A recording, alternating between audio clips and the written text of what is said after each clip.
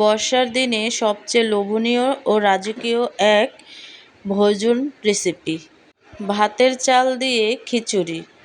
আজ আমি সাধারণ ভাতের চাল বা হাতে ভাঙানো গৃহস্থের চালে কিভাবে একদম ঝরঝরে ইলিশ খিচুড়ি বানাতে হয় আর সাথে ঝটপট 4 রকমের মুখরোচক ভর্তা রেসিপি।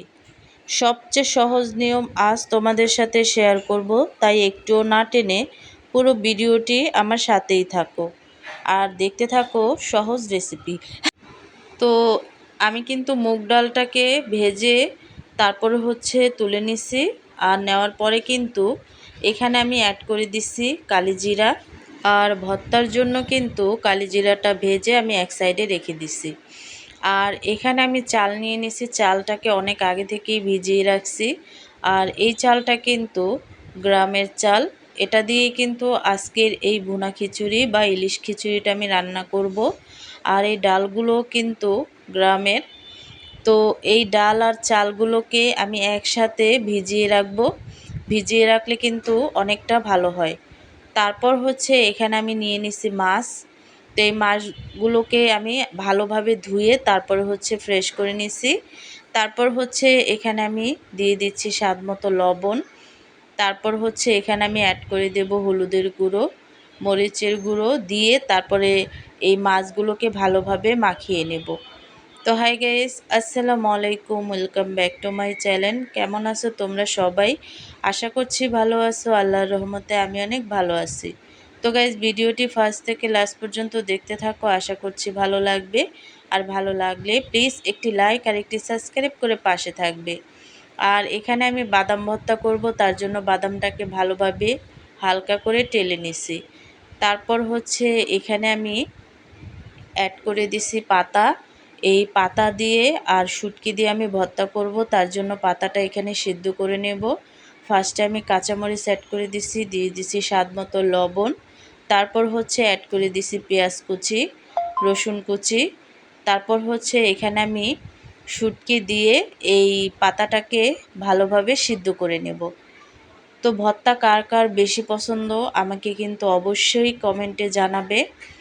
তারপর এখানে আমি বেশি পরিমাণের পেঁয়াজ কুচি ভেজে নিচ্ছি, কারণ যেই ভর্তায় পেঁয়াজ কুচিটা লাগবে সেটা কিন্তু একেবারেই ভেজে নিচ্ছি। তারপর এখানে আমি ধনিয়া পাতা কুচি দিয়ে তারপরে ভেজে নিচ্ছি। আর এখানে আমি রসুন কুচিটাও ভেজে নিচ্ছি। তারপর ভেজে নিচ্ছি আমি এখানে শুকনো মরিচ। আর শুকনো মরিচ ভাজা হয়ে গেলে সেই একই প্যানে পর্যাপ্ত তেল দিয়ে ইলিশ মাছগুলোকে আমি ভালোভাবে ভেজে নেব। একেবারে কড়া করে মাছগুলোকে ভেজে নিতে হবে। তো এইভাবে করে তারপরে মাছগুলোকে ভেজে নেব। আর লাস্টে কিন্তু আছে অনেকগুলো টিপস। তো ভালোভাবে মাছগুলোকে উল্টিয়ে পাল্টিয়ে ভেজে নিতে হবে। তোমরা যে যেমন কড়া করে মাছগুলো খেতে চাও তেমন করেই কিন্তু এই মাছগুলোকে ভেজে নিতে পারো। আর এই বৃষ্টি বা বর্ষার সময় কিন্তু এই ইলিশের বউয়া বা ভুনা খিচুড়িটা খেতে দুর্দান্ত লাগে। তারপর এখানে একটা হাঁড়ি নিয়ে নিছি, হাঁড়িতে দিয়ে দিচ্ছি ঘি। আজকে কিন্তু এই রেসিপিটা আমি ঘি দিয়েই তৈরি করব। তারপর 2টা তেজপাতা আর পেঁয়াজ কুচি দিয়ে হালকা করে সফট করে ভেজে নেব। ভেজে নেওয়ার পরে কিন্তু এখানে আমি অ্যাড করে দেব আদা রসুন বাটা। আদা রসুনটা দেওয়ার পরে অনবরত নেড়ে চেড়ে তারপর আমি ভালোভাবে একটু ভেজে নেব। ভেজে নেওয়ার পরে কিন্তু এখানে আমি রেগুলার রান্না করার মশলা অ্যাড করে দিছি। অ্যাড করে দেওয়ার পরে কিন্তু এখানে কিন্তু স্বাদ মতো লবণও দেওয়া আছে। তারপর মশলাটাকে ভালোভাবে কষিয়ে তারপরে যে চালটাকে আমি ভিজিয়ে রাখছিলাম একটা স্ট্রেনারে ঝরা দিয়ে সরাসরি আমি হাঁড়িতে দিয়ে দেব। সম্পূর্ণ চালটাকে হাঁড়িতে দিয়ে ভালোভাবে ভেজে নেব। ভাতের গৃহস্থ চালের খিচুড়ি একদম ঝরঝরে আর ইলিশ মাছের টুকরোগুলো আস্ত রাখার জন্যই 2টি জাদুকরীয় কিচেন টিপস অবশ্যই মনে রাখবে। হাতে ভাঙানো ভাতের চাল ও ডাল ধুয়ে পানি ঝরিয়ে অন্তত 20 মিনিট বাতাসে রেখে একটু শুকিয়ে নেবে। আর চাল কষানোর সময় ফুটন্ত গরম পানি ব্যবহার করবে। প্রতি 1 কাপ চাল ডালের মিশ্রণের জন্য ঠিক 1.25 কাপ ফুটন্ত গরম পানি দিলে ভাতের চালের খিচুড়ি পোলাও চালের মতো ঝরঝরে হবে। ইলিশ মাছ কড়াইতে মশলা দিয়ে হালকা কষিয়ে তুলে আলাদা করে রাখবে বা ভেজে নেবে। ডাল চাল কিছুটা সেদ্ধ হয়ে পানি সমান সমান হয়ে এলে ওপর থেকে কষানো ইলিশ মাছ ও ঝোল বিছিয়ে বসাবে, দমে বসাবে। এতে মাছ একটুও ভাঙবে না এবং মাছের তেল মশলা পুরো খিচুড়িতে ছড়িয়ে দেবে। তো দেখো এখানে কিন্তু পর্যাপ্ত পানি আমি অ্যাড করে দিছি, আর একটু পরপর কিন্তু খিচুড়িটাকে নেড়ে দিচ্ছি। আর এখানে কিন্তু ভর্তাটা আমি করে নিচ্ছি।